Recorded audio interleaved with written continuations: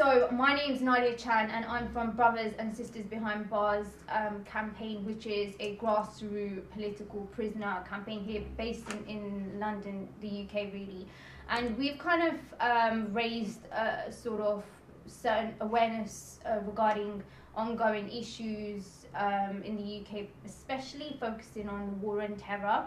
And I'm like very interested in the case such as Imam Jamil's, because obviously certain things that were happening, the COINTELPRO program with regards to surveillance, these kind of things have been reproduced in the UK, I think, and also certain entrapment cases. So we'll talk about that in due course. So Brother Ibrahim, if you want to introduce yourself for our audience. My name is Ibrahim Colvin. I'm working with like yourself with a grassroots organization called IJAN, which is the Imam Jamil Action Network. We're in support of Imam Jamil Al Amin, who was wrongfully incarcerated and who's a prisoner, a political prisoner right now in the United States. He's and not only an elderly prisoner, but he's also sick. So we're struggling to try to get him exonerated ultimately, and through whatever means we're able to, and eventually get him back to his family and back to the community.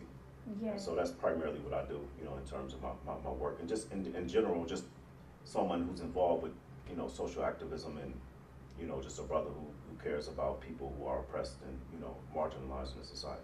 Yeah, thank you for that. So firstly, if you can tell some of our audience a little bit about Imam Jamil, not only his case, but let's talk a little bit about his history. Who was he? He was known as H. Rap Brown. Yes. He was in the Black Panther Party. Yes. So if you can tell us a little bit about him. Well, just in general, a general sketch of Imam Jamil. He has a very, broad biography. But he is very, he's someone who was active in his early years in the 1960s in social justice issues in the South in particular, and he was one of the members of the SNCC organization, the Student Nonviolent Coordinating Committee, in which throughout the South, in Mississippi and Alabama in particular in the 1960s, they registered black people to vote, at a time where, where it was a very volatile situation in terms of many of the people, in particular in Lowndes County, Alabama, where, many of the people were sharecroppers at the time as well, and, they couldn't vote, and not only could they not vote, but even the attempt or the participation, or the thought of the participation of them voting could lead to their deaths. And so they were brave enough and bold enough to go into this type of territory, and be able to take black people, many, and even some in my family, because my family's from Lowndes County as well. So, and were able to register them to vote and to challenge the system. So I think that gave, black people at that time in those areas a sense of pride, more than anything, more than even being able to vote, just giving them a sense of wholeness and a sense of humanity to say that, to straighten up your back, to say I'm a man or a woman just like you are. And, there's nothing that makes me, insignificant or marginalized or less than. So I think that the contribution in general to what people like that did in the revolutionary thought and the desire to be free, you know what I'm saying? It was really what they instilled in people beyond just the ability to vote, so they challenged the system.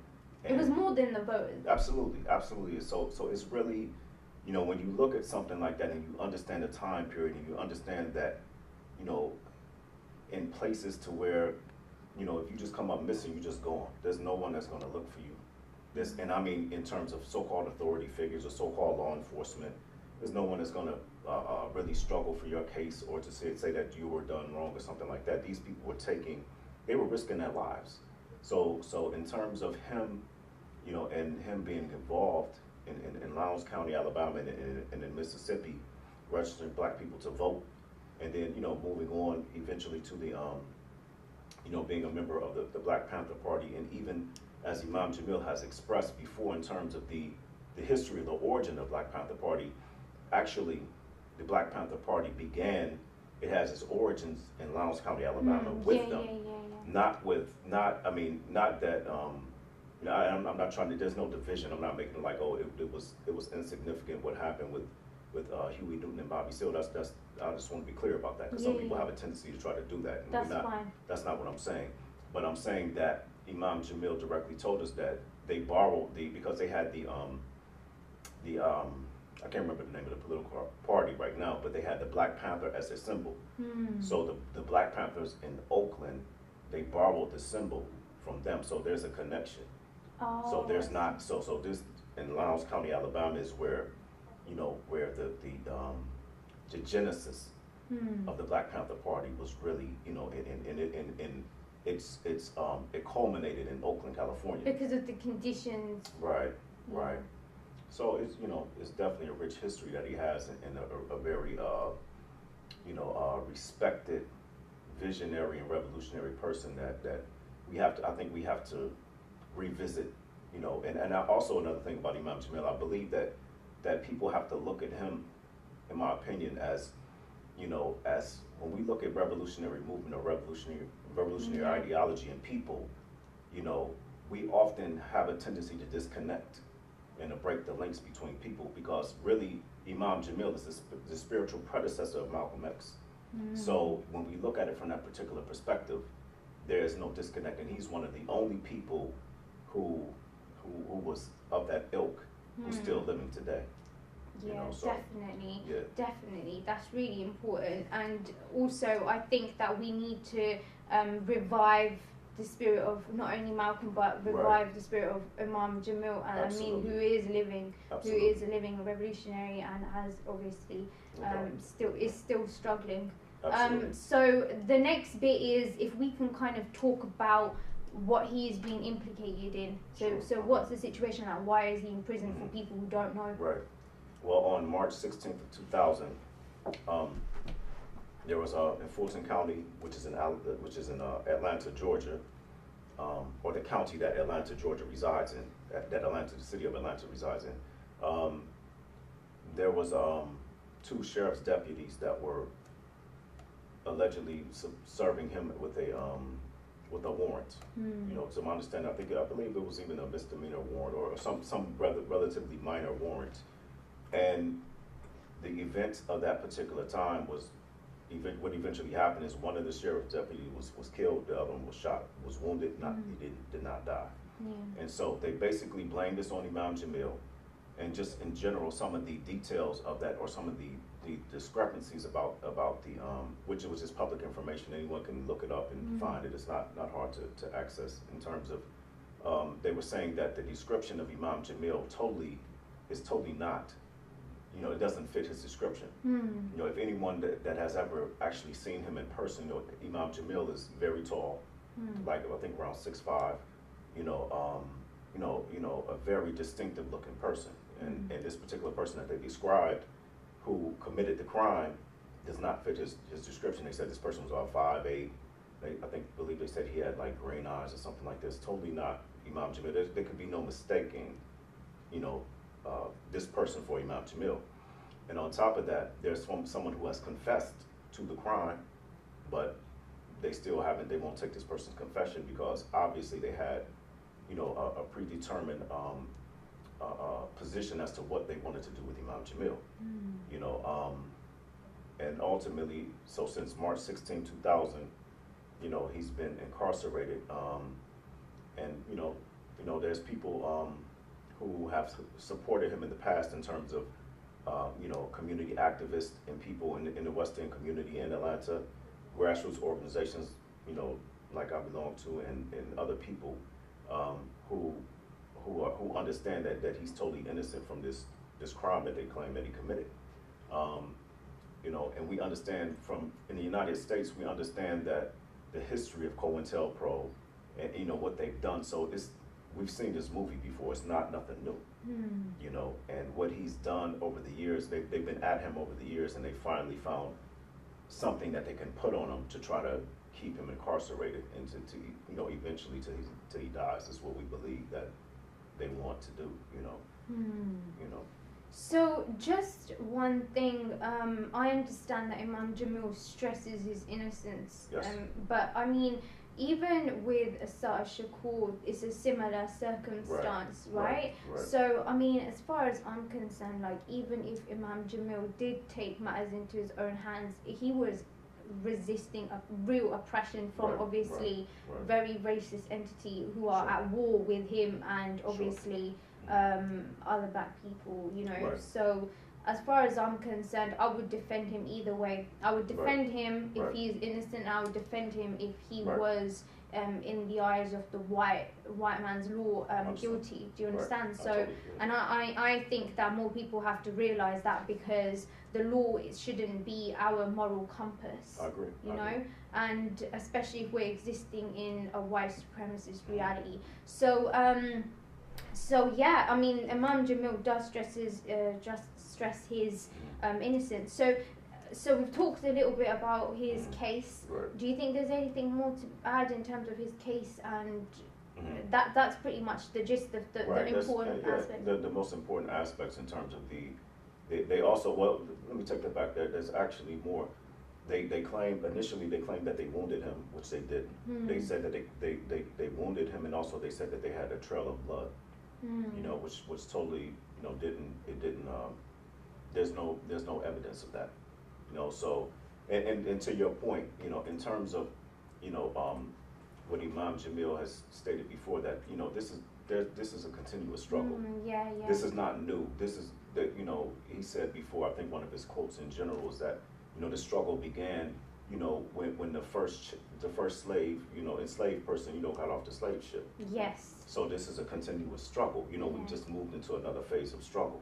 Yeah, definitely. And so the struggle, you know, the struggle has been a process from that point until now. You know, so in the United States, you know, I believe that the one thing that they fear about people like Imam Jamil Al Amin is that the ability to convey messages to the masses of people, to communicate to people's hearts, and to understand that,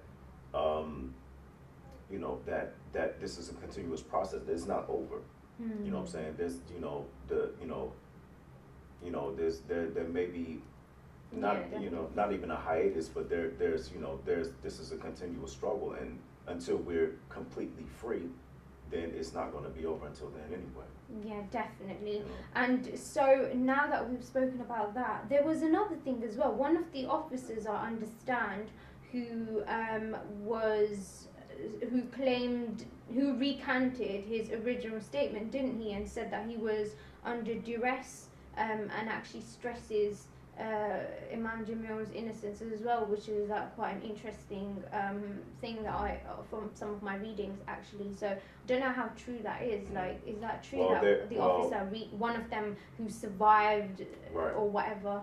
Well, there was a previous shooting before this incident happened, which they tried to put on Imam Jamil, the victim of that shooting. He was pressured to say that Imam Jamil, to my understanding, they tried to pressure him to say that Imam Jamil shot him, which he didn't. And so that person recanted. It was like, you know, like they have like some type of jailhouse snitch type thing, to where they try to get this person, you know, maybe they have some other crimes going on that, you know, they like, we would knock this off if you say this, you know. So that particular person didn't, you know, he had some kind of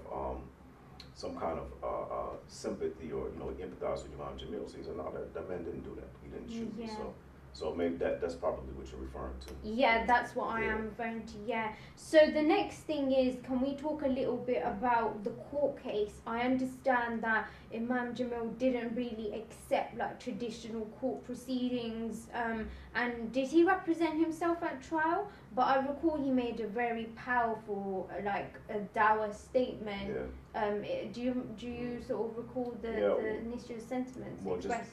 Just in general, to my understanding, he did not represent himself, but but you know, the imam is a person of conviction. You know, so he's someone that, you know, just as we aspire to be, you know, we're struggling to be within ourselves, to be, you know, a self-determined person. You know, not to be subjugated by, like you said, by the white man's laws in terms of these, you know, the European colonial settler state of the United States, you know, and we understand that there's strategies to everything. So there's, you know, you know, there are methods to achieve our ends, regardless of what those methods may be. You know, even if the times where we have to use their law against them. So Imam Jamil is politically aware enough, you know, and politically savvy, and he understands the lay of the land. He understands the enemy. He understands who he's dealing with. So he's very, you know, he's astute, and he understands, and this is one of the reasons really why people like him, they feel like people like him have to be marginalized or be eliminated. The same thing with El Hajj Malik Shabazz, Malcolm X, the same thing with Martin Luther King, the same thing with anyone who was involved in struggle, you know, and who could, you know, speak the truth to power and not flinch. You know, so they find, you know, they fear those people, you know, and you know. What was his statement that he made in court? Do you remember that he said? I'm not sure. I know. I don't want to try to quote it because I can't remember it. But I remember there was a dynamic statement he made. And he kind of said something along the lines of he took it as a dawah opportunity, to be honest. Absolutely. And I thought that was quite a powerful sentiment. Yeah. Let me see if I can quickly find it actually. But while I'm looking up that, the next segment was, so now transition from, obviously we've gone through his life story and the case, and the court case. Right. If we can transition more towards now, the sort of his exposure to Islam was in prison. Right. Well, to my understanding, you know, his exposure, you know, was, you know, from a previous time, you know, he was incarcerated, you know, in the, you know, it had to be in the I can remember if he was actually incarcerated in the late 60s or early 70s. I believe he didn't get out into the early 70s, but, you know, he was incarcerated, I believe in New York, and, you know, he was exposed to people who had connections with the Darul Islam movement, and through them, you know, he learned about Islam and gravitated towards, an Islamic ideology, and eventually became Muslim, took a shahada, and, you know, and ever since then, you know, because of his, and once he got out and resettled and relocated in Atlanta, Georgia, you know, because of who he was and because of the ability, like I said earlier, to communicate and to convey a message to people's hearts, and the natural leadership qualities that he has, and one thing I can say about Imam Jamil that, you know, just from my personal small experience, is that he's a servant leader. You know, some leaders are people that, you know, that desire to be leaders, or that you know, have the you know, may have leadership qualities, but that doesn't necessarily mean that they have good leadership qualities. You know, Imam Jamil has always tried to model himself in the best of character, you know, and in terms of even when he deals with his followers, it's like, you know, he comes at you in a humble manner, in terms of, you know, so I think that's something that, you know, that is that's a reflection of his sincerity, you know, and in his you know, his desire to you know, to try to move justice forward, you know, in whatever way, even when it's dealing with the individual, even when it's dealing with the society, or whatever, on whatever level it may be. So I think this is some of the things that people have gravitated towards in terms of his leadership, and, you know, just trying to an example that he's given us, you know, as a practical example of how we are to behave, or to not just behave, but how we are to try to develop our character, and in order to make it something that is beneficial to, you know, ourselves, those that we encounter in the greater society in general. Yeah. And so Darul Islam, you touched briefly on it. So what are they, and how did he first gain exposure to Islam? Obviously, I understand that they invited him to Jummah prayer. I read somewhere they invited him to Jummah prayer, and it wasn't until after some time he actually only went because he had immense respect for Islam, because of Malcolm X. So he agreed to attend, and then had that exposure, and then afterwards, obviously that was like the early stages of his sort of exposure to Islam, really. So, Right. do you know much about the work that the Darul Islam do? Not, I mean, not a lot, but in brief, I know that they did work in the, they were like the predecessors to essentially what Imam Jamil's community had became. So, you know, they did a lot of work, a lot of dawah work in the black communities in the United States, a lot of dawah work in the prisons, you know, and I think we have to put in context too, you know, in the context of the time in the United States in terms of the 60s, you know, moving into the 70s. So you're talking about the you know, the Black Power movements and, you know, these different things, and many people who were part of paramilitary organizations such as the Panthers, such as the Republic of New Africa. You know, so these people had a level of heightened consciousness that they brought with them into Islam. You know, and they had developed a level of organization that they also brought into them with Islam. Yeah. I mean, into Islam with them. And so it was, you know, I think that they were, you know, highly organized. They had the balance of, from Islam gave them a spiritual perspective, and their political ideology and their political training had been sharpened through their you know, coming up through the ranks in terms of whatever organizations they may have been a part of.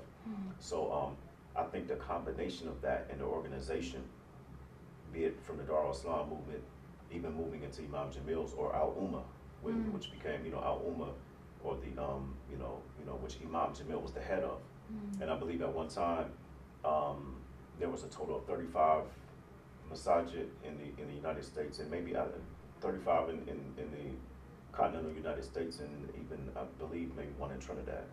So we were, you know, organized under Imam Jamil's leadership, and he was able to orchestrate that. That's part of his ability, is to organize people. You know, and which is, you know, obviously, which the United States government, you know, would look at that in a particular type of way as being dangerous, or, you know, something like that. So I think that has a lot to do with why they targeted him the way that they did. Yeah, definitely. So now talking about his prison, within prison, if we can talk about the transitions, he was moved a couple of times, he was placed in social confinement, and also just because a lot of brothers and sisters were raising questions about, you know, like, can we be updated on the health situation with the Imam, because Ramadan's coming up, we're going to sincerely make dua, but what else can we do in order to assist the health deteriorating of the Imam? Like, can we provide tangible help and things like that? Well, in terms of him being in prison, you know, one thing people have to keep in mind is that Imam Jamil is actually a state prisoner. He's a prisoner of the state of Georgia. Although he's a prisoner of the state of Georgia, he is being confined or held in a federal prison. And the way that they do that, you know, in the United States is that basically, because he was in Georgia, they didn't want him, because he was so influential, you know, in Georgia, they wanted to get him out of that prison system. So initially, when he was in prison in Georgia, I believe it was called Reedsville Prison. So they moved him from Reedsville to, you know, to the Supermax, which is in Florence, Colorado, which is a, you know, it's a Supermax prison, federal prison. So basically, the state is like, I don't know, I want to say leases him to the feds. So they moved him from Florence, Colorado to I believe to Pennsylvania, Waymart, Pennsylvania, and from Pennsylvania to where he's at now in Tucson, Arizona. Okay. You know, and in terms of his health, he has an incurable, I believe it's a blood cancer called smoldering myeloma. Okay. And I believe it's pronounced Sjogren's syndrome, something like that. I can't remember the exact pronunciation, but so he has these ailments on top of being an elderly prisoner. You know, so when we did a campaign, the reason why one of the reasons why we approached the campaign in order to exonerate him was through trying to get him a medical release. You know, and like I said, it's just a method in order to try to achieve the end. So whatever ways that we feel that are best at the time, then, you know, we have to try to utilize those means in order Yeah. to achieve the goal. So, you Yeah. know, but you know, right now, like I said, he's in Tucson, Arizona. He was doing dawah work within prison Right, as well. absolutely, absolutely. He had There- influence. Yeah, to my understanding, there was even a particular situation to where they had, and I can't remember which prison it was. I don't know if it was, maybe it could have been in Georgia. It may have been in Georgia. You know, they put the top guy who was the top white supremacist in, you know, within the cell with Imam Jamil, believing that, you know, whatever may happen, and you know, so once Imam Yeah. Jamil was done talking to him, you know, the guy converted to Islam, and you know, he's a Muslim now because, you know, but even with that, you know, them doing things like that to attempt to, you know, we look at those things as those things are actually an attempt on someone's life, really, you know, because they know what they're doing. Nothing is done, you know, without calculation, you know, without thought. Yeah, they're trying to kill him. Yeah, I believe so. Definitely. Yeah. So we've spoken about that, but there was another point being made really. So you spoke briefly about it. You said we do need to utilize, you know, the law, and we do need to understand all the mechanisms at our disposition and Right. how we can use that to free Right. Imam Jamil. But I understand, obviously, we're very kind of curious about strategies that the campaign Imam Jamil Network, is it Imam Jamil Network, isn't Imam it? Jamil Action Network. Action Network is taking. Sort of, what are you guys thinking is like the way forward? What is the strategy? But furthermore, we heard just the other day that obviously it was yesterday, wasn't it? Riviera and Manning, Chelsea Manning and Oscar Riviera have been obviously, you know, because Obama pardoned them. I don't see that happening for Imam Jamil. So really, what can we do? Because, you know, he's been accused of murdering the police. He's in the same category really as Mumia, and that is, and also on top of that, he has like really high profile activism, and then being Muslim. So it's like Imam Jamil should be our priority, not only, you know, in the US but worldwide really. Like all Muslims should place him as a priority. So I'm just like very interested in kind of looking at how we can kind of achieve that, even if it was through more militant ways of organizing his organizing his release. So I understand there were attempts to release him where other people, I believe they belong to their masjid, they tried to sort of organize to have Imam Jamil escape prison. Is that correct? If you can talk briefly Honestly, about. not that I know of. I've never heard it. I mean, I don't know if it's correct or not. I've never heard that personally. I know that what we did, many of us did from around the country, when his trial, before his trial began, we went to now we all went down to Atlanta from different cities in the United States that were part of his Jamaat. Yeah.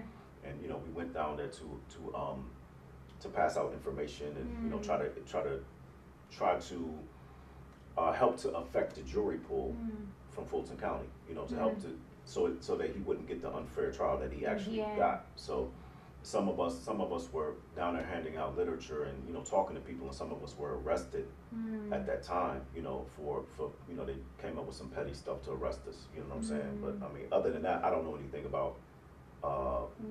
I'm not talking about Imam Jamil Action Network. I'm talking about Darul Islam or any of the kind of the sort of people that were affiliated with Imam Jamil way back, and also kind of like just organizing to work, because obviously the legal route didn't work, and there were desperate attempts to have Imam Jamil free, free. And I'm personally, like, I can't speak for you, but I will speak for myself.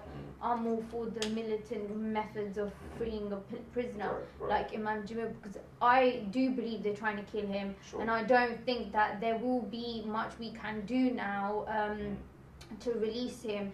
despite everything. I mean, you can call me cynical and skeptical, but I just don't. I mean, if there are militant ways of that brothers and sisters out there tried to have Imam Jamil released, A, I would support them wholeheartedly, and B, you know, good on them, and they should also be on the forefront. They should also receive our solidarity and support. And at the end of the day, that is real brotherhood to me. But if that did happen, because I understand that there was sort of some coverage on people talking about organising his escape and things like that. But you say you don't know about it, but that's fine. But I do think that people do. Watching this, people ought to think that, look, as I said previously, the mechanisms, the legal mechanisms, I'm from the legal field, and I can tell you right now that the law isn't our moral compass. I'm only in the legal field. I actually was attracted towards the law, so I know what I can do, and also like how I can work around it, you know. It's like, how can we survive in the realities that we're existing in, kind of thing. But moving on from that, if we kind of discuss a little bit about, we did talk about his teachings of Islam within prison, didn't we? So moving on from that, I understand earlier on in Imam Jamil's life, he was he subscribed as a socialist. He had like a socialist ideology within like the Black Panther Party. I mean, I don't know if it's fair to call it a socialist ideology or a Maoist ideology or a third worldist ideology, but to talk about, like, let's talk about now the transition sort of, and what motivated and how his development in his ideology, and how he saw Islam as a better alternative to socialism. You know what I mean? Sorry, that was a bit wishy-washy. So essentially, I'm talking about the transition of his ideology, the idea that he was socialist or Maoist. I think it would be more accurate, and then he saw Islam as a better alternative. So if we can kind of talk a little bit about so you've read his book, and that entire book is full of his revolutionary teachings. The first book, you can even talk about the first book and second book and that transition as well. Well, in terms of, I mean, like you said, I'm not sure if it's fair to say socialist or even Maoist. I don't know what particular, you know, ideology in terms of him just because I believe Imam Jamil is a very, you know, he's a complex person in terms of, so I believe that he was the type of person that whatever strategies, you know, made sense, then, you know, he would be willing to employ those strategies, whether they were, you know, socialist or you know, or Maoist, or you know, and in terms of his ideology, really, I think the best way to understand the transformation or the evolution of Imam Jamil Al Amin from A-Trap Brown to Imam Jamil Al Amin, the best way would be to read the book Die Nigger Die first, because that would describe his political ideology at the time. You know, before he became Muslim. But even in that book, you can understand, or you can see his, you know, the level of sincerity that he had towards struggle. You know, and when you have many people in those, and many people who came out of those movements during that time, they and gravitated towards Islam because they felt as though something was missing. Like, you know, you may have had the political ideology, you may have read these books and, you know, organized and things like that, but there's so many people involved in those movements who, you know, they needed something in order to be able to maintain a level of struggle. And if you don't have anything to maintain a certain level of struggle, then at some point it's going to end. And you're going to find it insufficient. So many of them found it insufficient, but for many of them, that the thing that brought them, you know, that gave them balance was the spiritual aspect that Islam brings and teaches you the methodology of struggle and the methodology of struggle in order to be successful. So I think that's something that, you know, he explains that in this particular book, in Revolution by the book, you know, which is the follow-up essentially to Die Nigger Die. And it's very telling. Like I said, if you read those books back to back, then you really have a clear picture of where he's coming from and how he developed, you know, from his thought process then, and some of the things that that they were right about, but they had to tailor, in order to be successful, in order to be able to move to the next level, so to speak, and to continue struggling, and to be able to lead in a way to where, you knew that regardless of the outcome, in the immediate outcome, that you were victorious, and that at the end of the day, regardless of what happened, whether you lose your life, whether you're incarcerated, that at the end of the day, that you're on the winning team. So that's I think that's where he moved from. Definitely, that's beautiful, thank you. But also the idea that we don't place our reliance on mankind, Absolutely. but we place it Absolutely. on Allah, the Absolutely. Almighty, and we place our trust in Allah. Absolutely. And the affairs of the believer are always good. Right. You know right, what I mean? okay. So whether they're bad, it's good, because Right. we will be obviously rewarded for our struggles, Right. especially when we turn to Allah, and if our struggles bring us closer to Allah in a way that is better for us than Absolutely. if we were in comfort and we turned away from Allah, Right. So that's something that I guess like a lot of Muslims, I speak to brothers who were Muslim, but they go into prison, they know, and the reality hits home. You have nothing but yourself Absolutely. in a No doubt. small confined space for hours and hours, months and months, years Right. and years, Right. and the reality hits home. No doubt. Material wealth doesn't mean anything. Right. You're going to die in your own grave. No one's going to be there for Right, you, and right. when you're in prison, it's pretty much the same thing. Right. Right. So so it's Islam. That's No, what they turn absolutely, to, and they absolutely. seek solace in Islam. And Islam is a mobilizing brothers behind bars and Right. sisters behind bars. Right. It's the Jummah prayer that Right. you stand next to your brother shoulder to shoulder, Right. and you read the Quran in peace, and you Right. really do appreciate the Right. levels sort of behind the message, Right. obviously Right. the messages, obviously in the Quran and the stories of the prophets. So yeah, I mean, like a lot of people can relate to that, and I Right, believe right. that's how Malcolm also Right.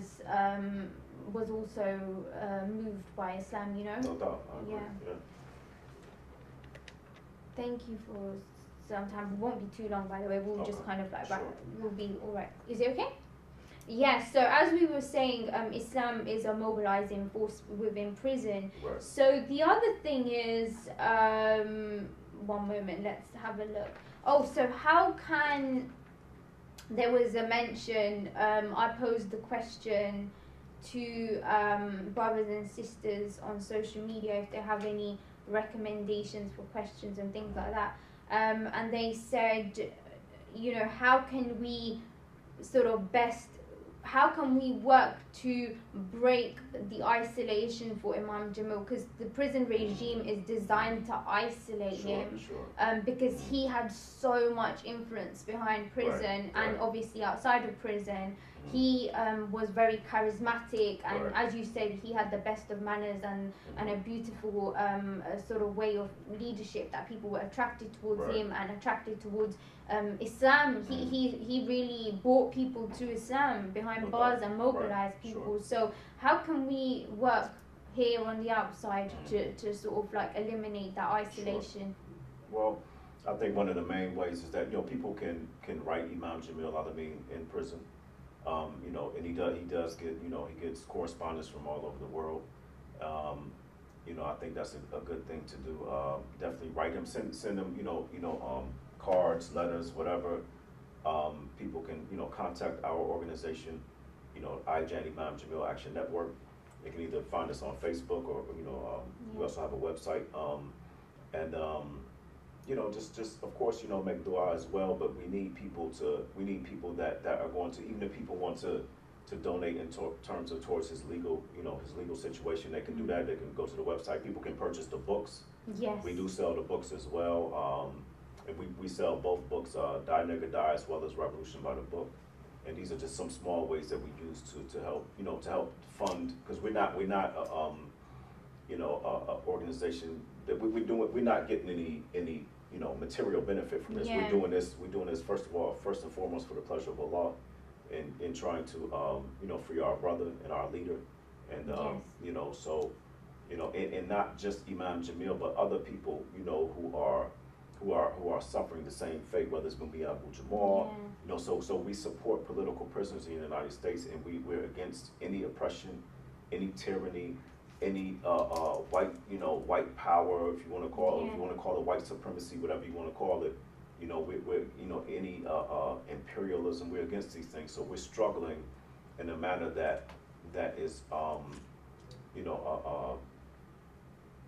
you know, befitting, you know, those who struggle and those who desire to be successful. So, you know, everything that we're doing, you know, we're doing this from our own pockets, and you know, we're just trying to, you know, do what And we people can go to the website, Sure, absolutely.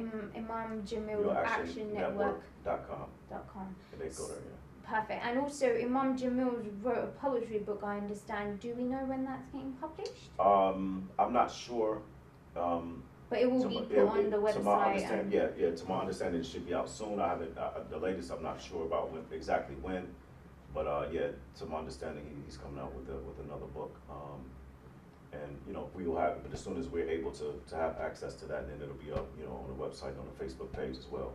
Yeah. And try to, you know, push it and promote it. But you know, I just want to encourage people to support, you know, these particular cases, you know, and you know, whether it's, you know, like I said, you know, Imam Jamil and, you know, other political prisoners in the United States as well as outside of the United States. We understand that you know, this is really one struggle, you know what I'm saying? And it's really one enemy, you know, and we have to understand that in order to be, you know, strategized and to strategize ourselves in the best manner in order to be successful. So yeah, definitely. So you said obviously that we are not looking at only Imam Jamil Al Amin's case in sort of in a vacuum. We're looking at the other brothers and sisters such as Asad Shakur, and then we had other political prisoners like Daruba bin Wahad. In fact, if I can just read something from Daruba bin Wahad, and then what we'll do is we'll come back to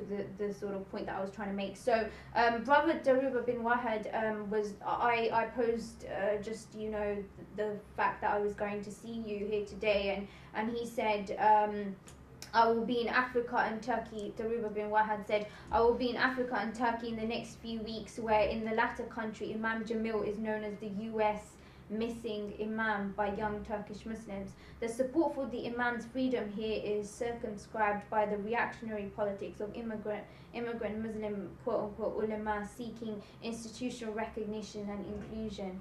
They collaborate with the very national security police state that demonized and imprisoned the Imam. Moreover, this is exasperated because we have been unable to bolster Muslim support for Imam Jamil and the rest of the black political, and additionally there is no substantive international agency that represents the original African Muslims in the US while simultaneously repping Pan-African anti-imperialism. This deficiency is long-standing and what Malcolm attempted to address, and when he launched the OAAU. What's the OAAU? It's an Organization of African American Units. Oh, awesome. So in the mid-60s, which ultimately resulted in his murder by the Dulles-led CIA, Hoover-led Dulles, my bad. Dulles led CIA and Hoover-led FBI COINTELPRO machinations.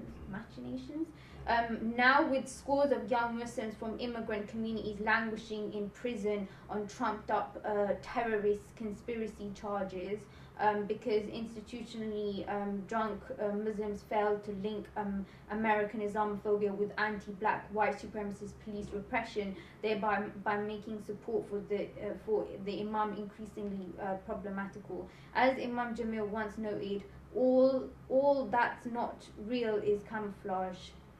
That's pretty cool, and I really appreciate Brother Daruba bin Wahad for getting in touch with me actually, and I think those are really wise words, and we could, sorry, I'm just a bit chuffed, I'm glad you responded. But yeah, so if we can go back to the sentiment about the fact that we don't see Imam Jamil's case in a vacuum, we do link it to a whole array of different campaigns like Asar Shakur's.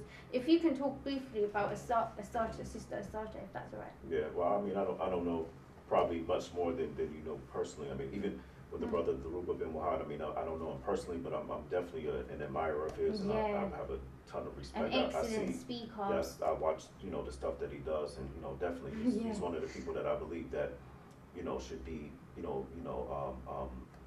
people should really, you know, gravitate towards and you know, support the brother, you know what I'm saying? And learn from. Yeah, and learn from, exactly, you know. And you know, with Asada, once again, you know, I mean, you know, you don't find, you know, too many people, you know, as strong as her. You know what I'm saying? And you know, so once again, like I said, she's someone that, you know, I definitely admire, and I think that you know, I think that she's a as far as I'm concerned, she's a national hero as far as I'm concerned. Yeah. You know what I'm saying? And when we look at people and we look at our, you know, in the United States, how we view, you know, what, they have this false sense of patriotism. And one of the quotes actually from Imam Jamil is he said that that patriotism, that fascism will come to America, but it'll be disguised as patriotism. And this is what we're living under now, what we've been living under, you know. So people like Asada, people like, you know, brothers like Daruba bin Wahad, and you know, Imam Jamil Al Amin, and you know, on and on. I mean, you know, people struggling back, you know, Fannie Lou Hamer, whoever, you know, people who struggle and who were willing to give their lives and their freedom, you know, saying for our cause. I have nothing for but the collective, collective, really. It takes a, you know, it takes a giant, you know what I'm saying? Yes. It's not a small task, and it's not something that should be minimized or, you know, looked at. And even to what the brother was saying and what you read, you know, we have to understand the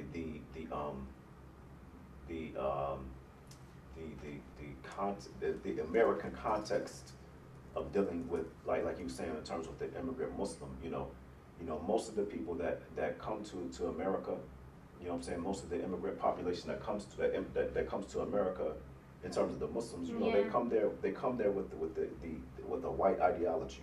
Yeah. You know, and it's unfortunate. And I know it's different here, like here in the UK. It's definitely different. I see it different. We don't roll like that. Right. No, I know, and I think that's a good thing. And but you have to understand, but it's not. It comes from there's a history behind it.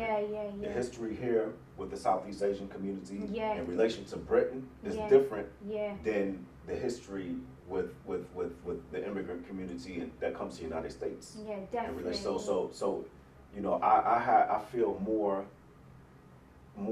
you know, of a commonality between the Southeast Asian community here and black people in the United States than I do with, you know, the immigrant community in the United States. Yeah, definitely. It's a huge difference. So I totally understand what he's saying, and I agree, you know. Although I would say that, you know, even here, like the South Asian community could be a lot more radical, and it was radical. But I would also argue that we had several things happen to us that have obviously made us a lot more introverted. Not only because there's so many more measures that target us now. So we've got like, you know, increasing stop and search, which is like the stop and frisk in the US, and we've got obviously so many, if you look, 44% of high security prisons here in the UK are Muslim.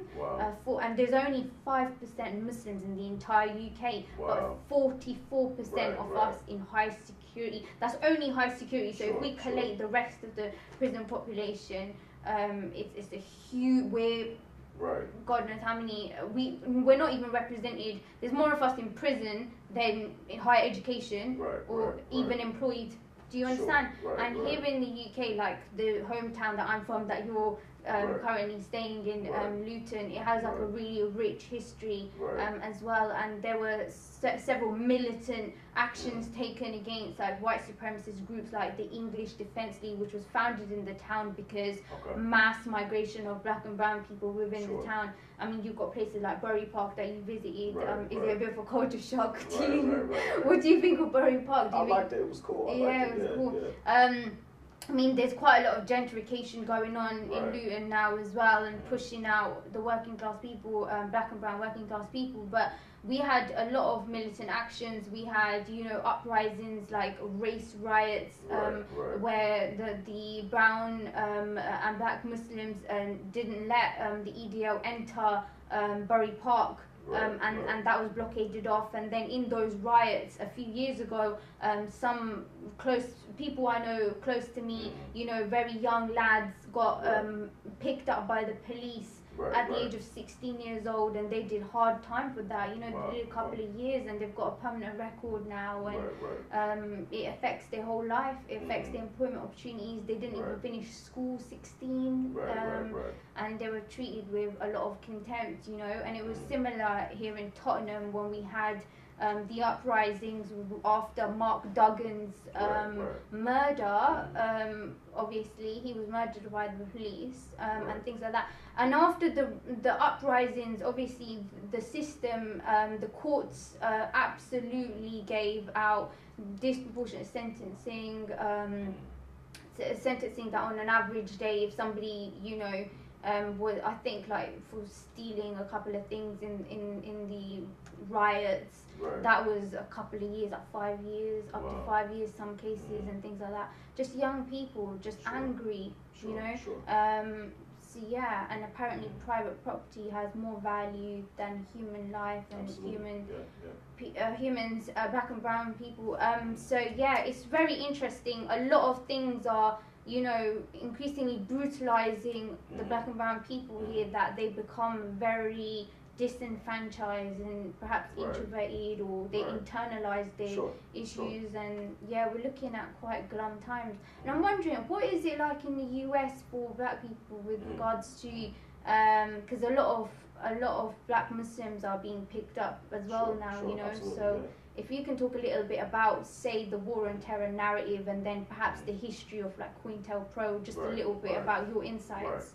Well, I think in reference to black people in the United States, you know, our history is, you know, it's since we've been there, you know, it's been the same thing in some other shape or form, you know.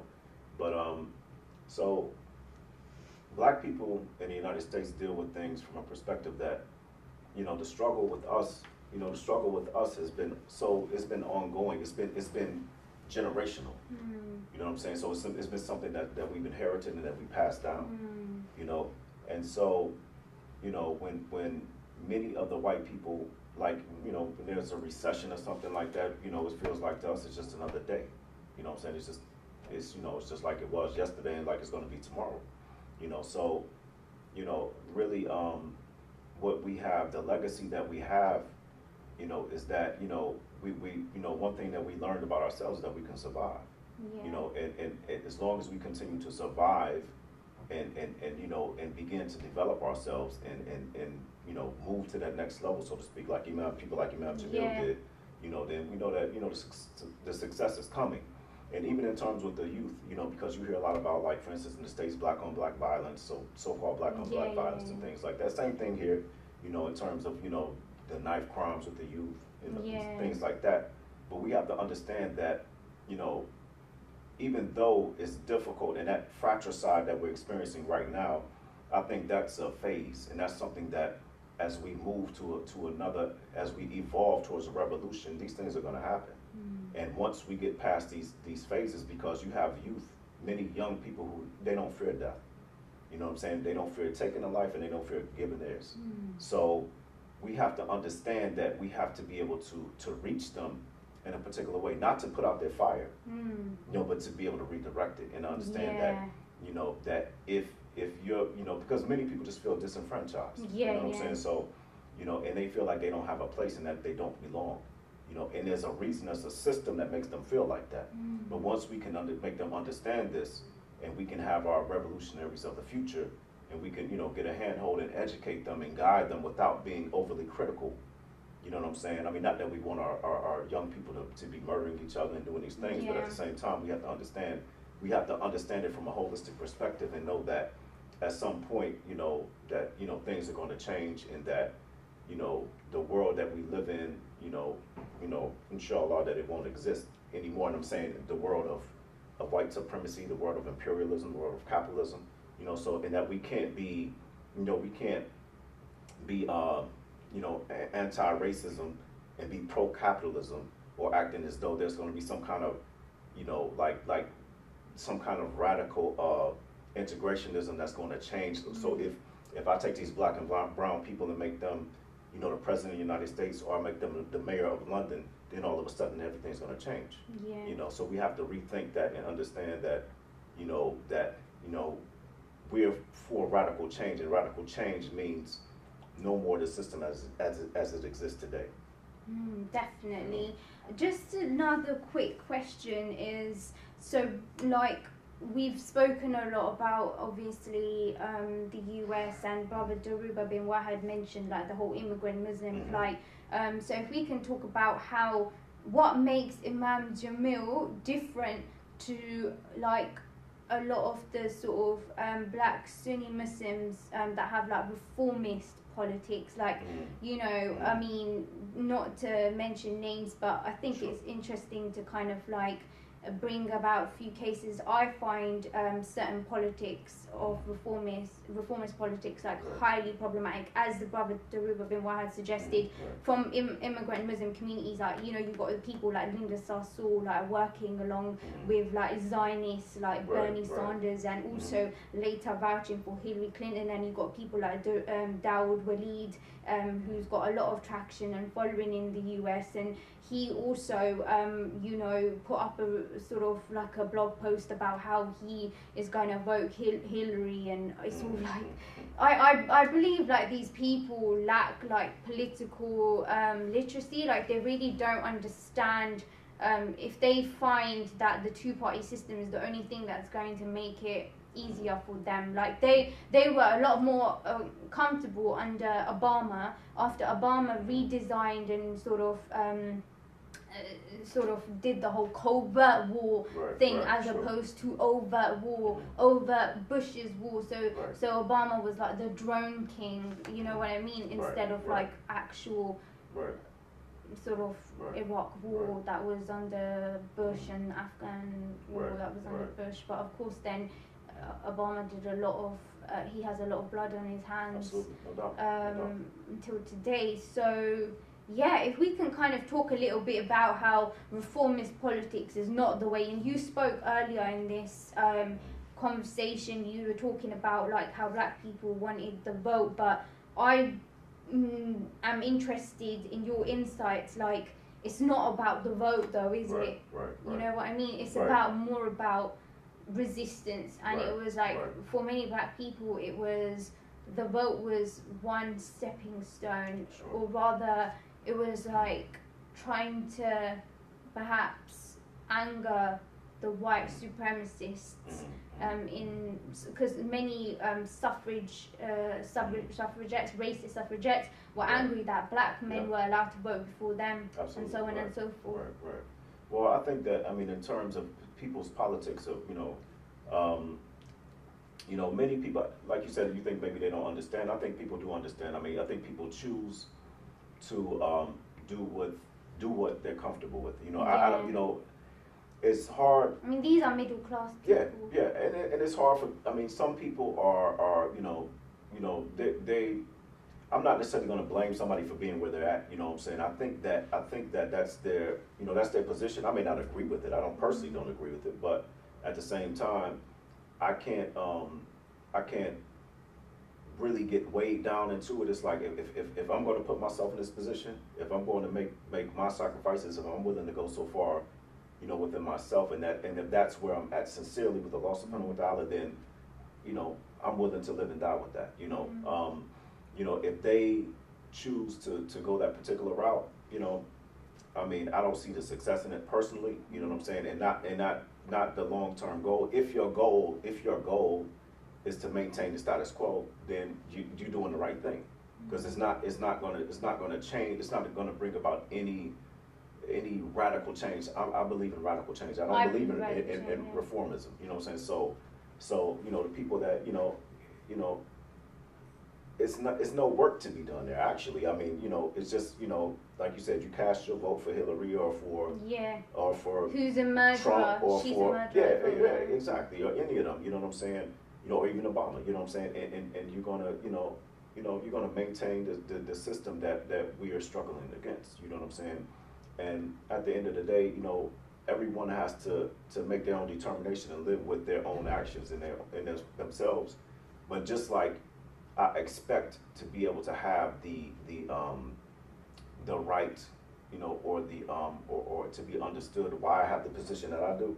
You know what I'm saying? And anybody that has a similar position like yourself, you know, I'm willing to allow those people to have the position that they have, you know, because I don't have, you know, personally, I mean, the proof is in front of us. You know, I mean, we know that it doesn't work. Yeah. You know, that's my belief. You know what Exactly. I'm saying? If people want to change or want to keep traveling that path, so Like, be it. I personally believe in complete. So I don't want to be complicit in the institutions that are oppressing my people. Right. And as Brother Ibrahim had said, that many, you know, fail to understand how anti-blackness is in sort of, you know, what did he say? I think he said it was pretty much Islamophobia is like a continuation of anti-blackness. Right, you know what I mean? right. So it's like we need to fully comprehend that. No I doubt. mean, you're right. You're 100% right. I didn't mean to say that, oh, these people are just illiterates and we should just excuse it. I'm just trying to say that, you know, how can they do it? Like, history speaks for itself. Absolutely. You know, like, even the Democrat Party has had very racist, racist history as well. Of course, it has a racist history. Right. It's, you know, thriving. It's a parasite. It's thriving off of white settler colonialism, isn't it? Doubt. So it's an ongoing imperialist projects across the world in the third world. So just to wrap it up then, I think those were the main key points that we wanted to address, but we spoke about the war and terror thing, Imam Jamil. There was one other question posed, the most important one. So can you get, so this was posed by a brother on Facebook saying, can you get Imam Jamil's contacts in jail so we can send him cards and letters? Yes. I don't have it directly in front of me, but if you go on the IJAN, that's IJAN, Facebook page, or you go on the IJAN website, Imam Jamil Action Network, the words Imam Jamil Action Network, no spaces.com. You can get the address to the I think it's USP Tucson, Arizona, which is USP is United States Penitentiary. Sure. Tucson, Arizona, and you can, you know, it'll have his number and everything like that, so people can write him.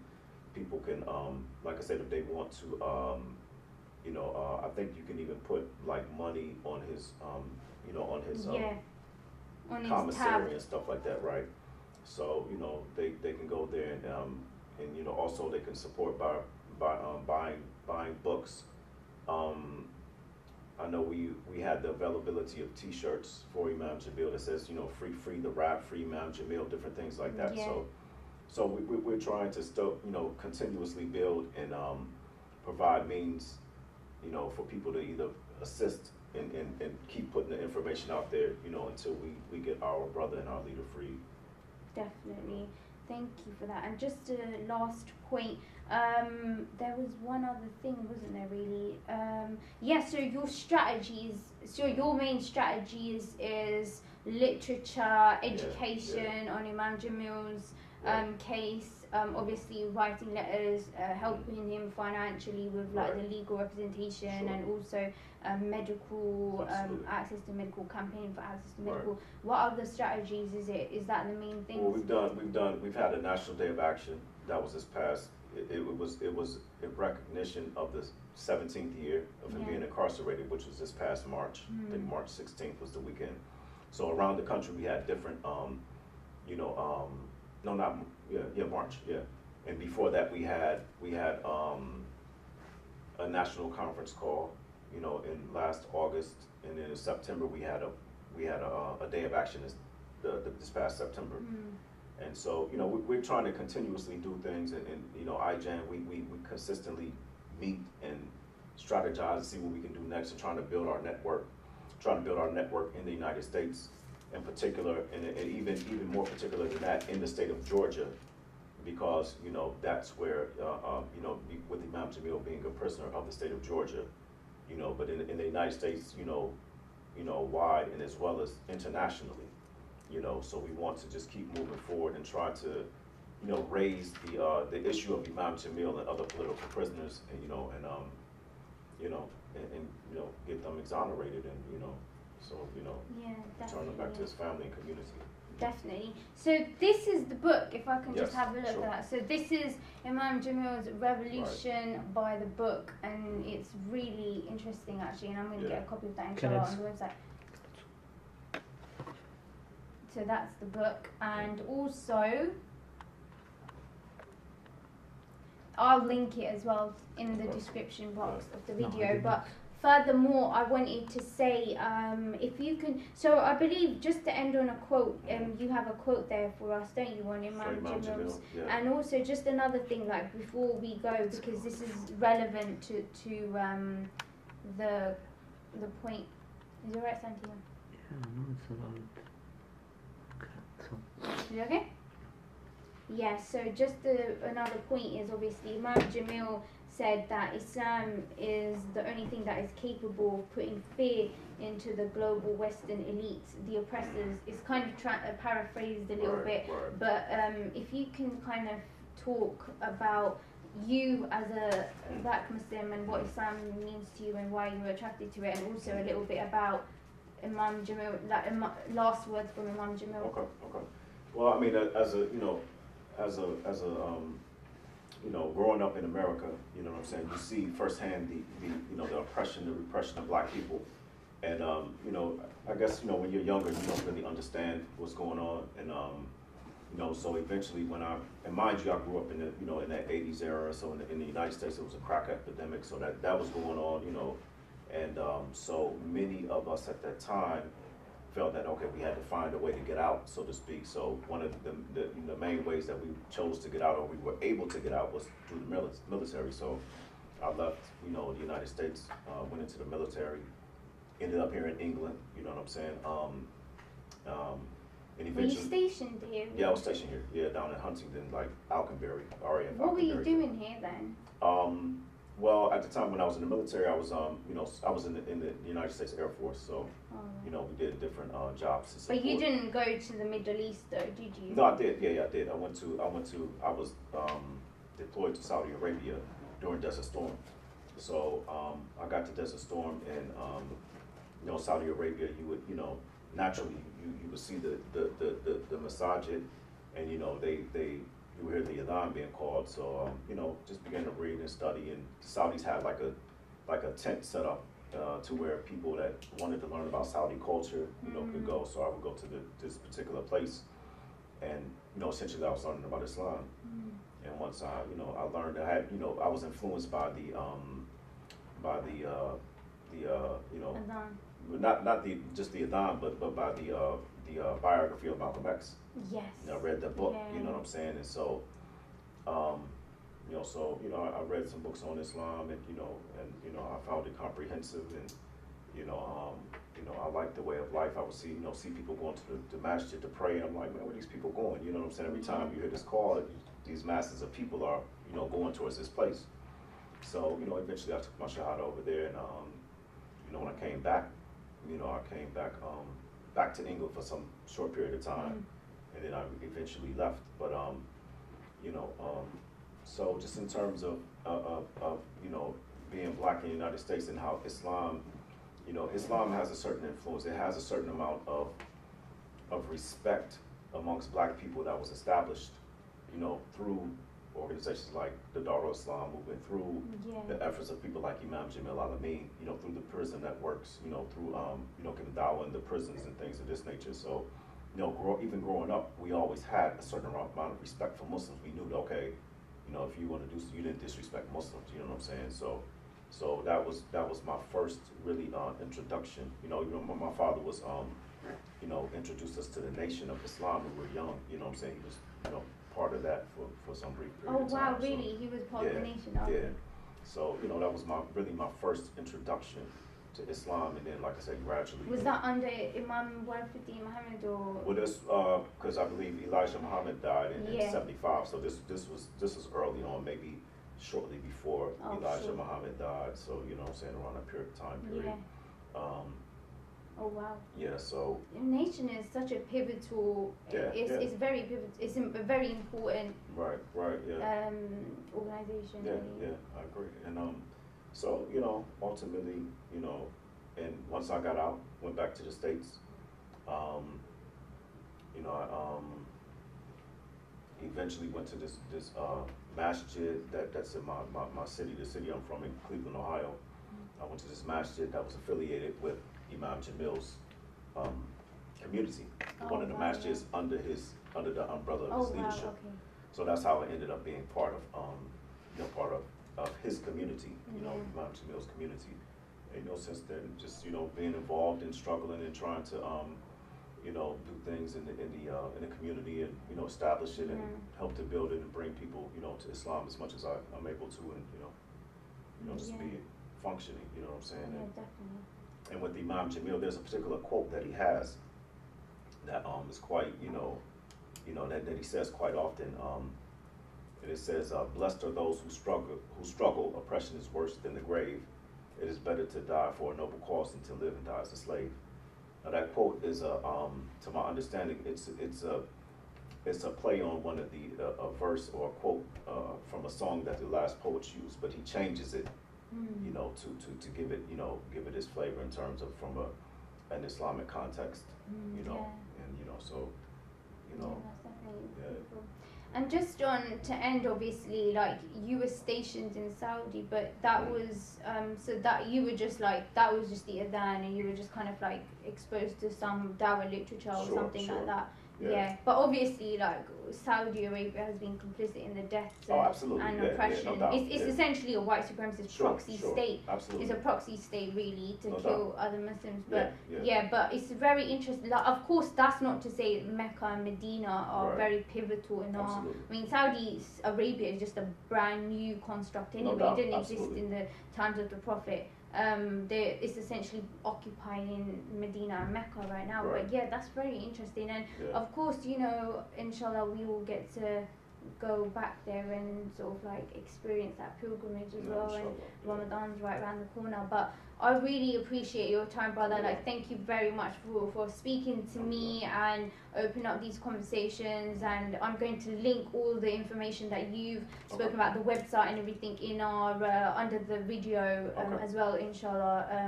The video that we're going to put out. And you know, may Allah free Imam Jamil Al Amin as well as other political prisoners.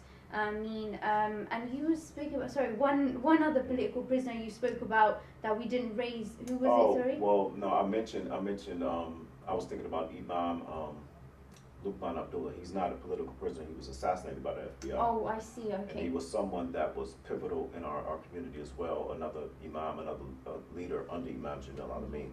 Okay. So, you know, just to keep the awareness about him, because I believe that there is a connection between Imam Jamil's imprisonment and the assassination of Imam Luqman Abdullah as well. So I just wanted to keep him, you know, keep this name in the forefront as well. Conversation. You know, and I will like look into his case more, because I will be producing a podcast on police and prisons. So inshallah, I will mention his name. How do you spell Luqman? Did you say?